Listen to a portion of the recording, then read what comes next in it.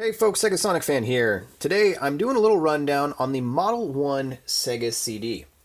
Now, I'm doing this for a customer, and the Model 1 Sega CD can be a real pill to work on, especially if you're not familiar with all its various picadillos, not the least of which is that it's super easy to crack this old plexiglass cover, especially up here at the top, and it has these little clips. But I'll do a longer video where I go through all these various little clips to be careful of and all the little plastic bits. What I want to emphasize in this video is how the disc tray functions. This is the number one cause of failure in all CD players of this era. Pretty much anything that's front loading will have problems at some point due to age. And I'm here to explain why, especially in the case of the Sega CD. Now, it's really important to, I'm just going to cover the camera here so it'll refocus. It's really important to go over this because these the mechanisms in these are getting broken by folks that don't know what they're doing. And so more and more of these used ones, you find the important gear mechanism, which is the vertical lift gear. And you can see this guy's been utterly destroyed. This is what came from the customer. And when this gets destroyed, you got real problems, or if this gets destroyed. So these two gears are probably the most important gears in this system and the easiest to break.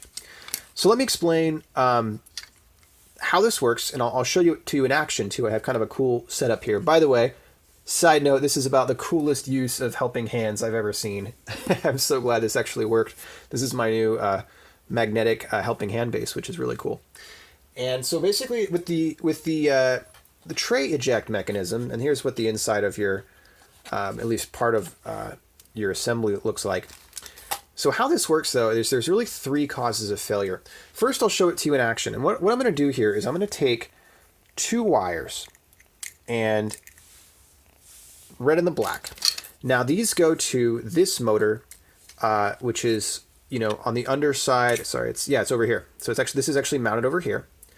And this switch, by the way, tells it when the tray is all the way in, when it's all the way in and the lens assembly is all the way up.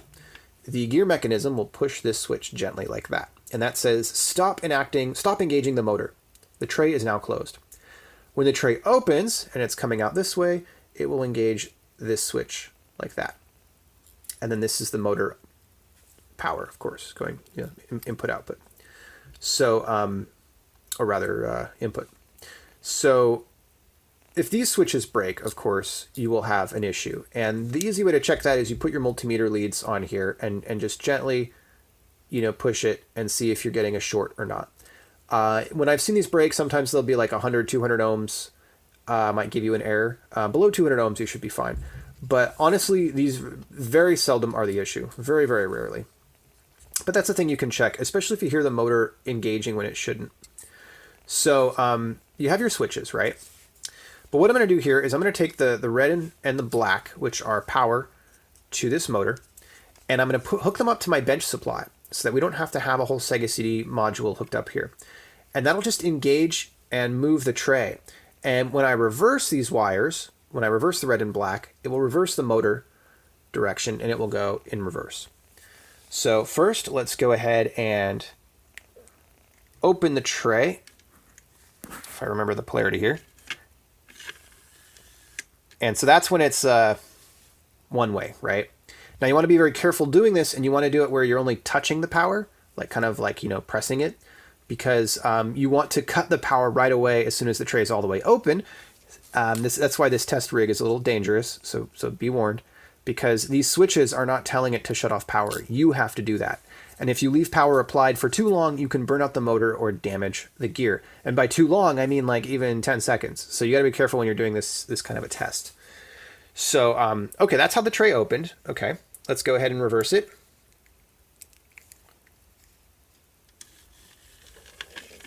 And that's the tray closing. Now, because I'm touching it, you'll see it kind of stutters. That's because the power is not constant. Go ahead and open it again. And then I'll go ahead and close it. Actually, I'll leave it open this time. So what is it doing?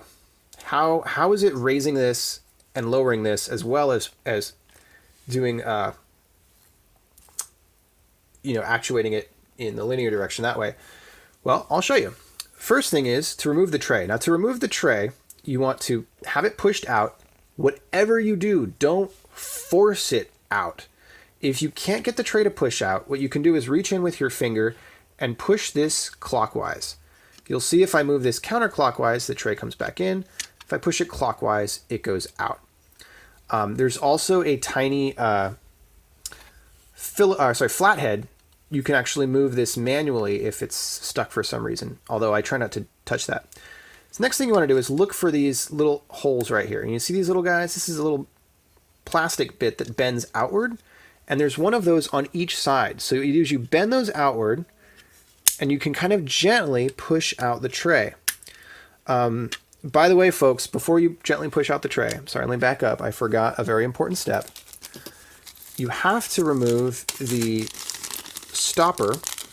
So how it actuates that switch, the one that lets you know when the tray is all the way open, which is this one, is there's a little plastic stopper that actually hits that switch, and it's connected to the tray, and it hits the switch like so. So that stopper is in here, and all you have to do to take that stopper out is you push this clip out a little bit, and then you can pull that stopper out. So very important step.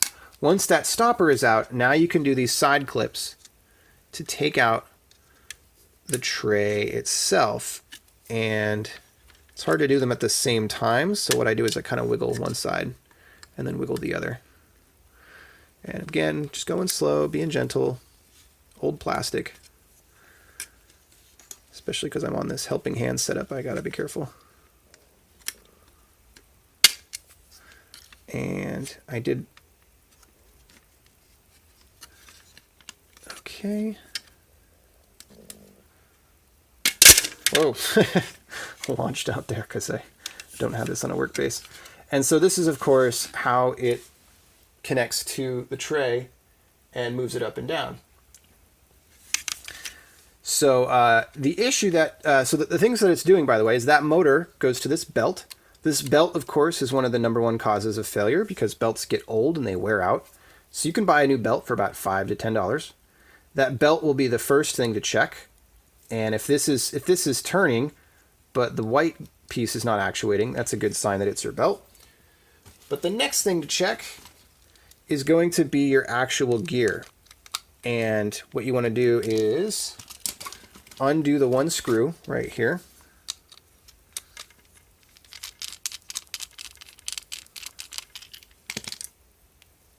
Lift it up, and you'll see there's some teeth right here. Well, those teeth connect to the teeth down here. And this is your vertical lift. So this mech, if you turn it all the way to the right, I believe, if I remember correctly. Let's get out my tweezers again.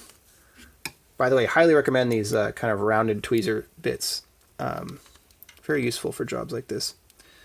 Is it all the way to the left? I thought it was all the way to the left, but maybe it's not. Yeah, it is. So it's all the way to the right. So clockwise, turn it all the way clockwise, and pull up. Am I doing this right? I had it for a second, I thought. Nope. Okay, so let me back up there. All the way counterclockwise, and then pull up on the plastic bit. And then what you'll find is it should come out pretty easily. Keep kind of nudging it counterclockwise, and then you can pull it out. And so how it works is those teeth, connect to that other gear, and there's a plastic. It's just a little plastic pin right here that slides up when this turns. It's a pretty cool idea. But this is one of the #1 things that breaks. And so I'm going to be looking into making a 3D model of this so I can make some prints for you folks. And of this one as well. So this is, and then you can see now why you don't want to force things with these guys, because all it takes is a couple of these little teeth to break, and then your whole mech stops working. So hopefully this video has been useful. I'll make some more detailing more repairs on this mechanism, and yeah, making sure that we preserve our Sega CDs for many years to come. This is Sega Sonic Fan, signing out.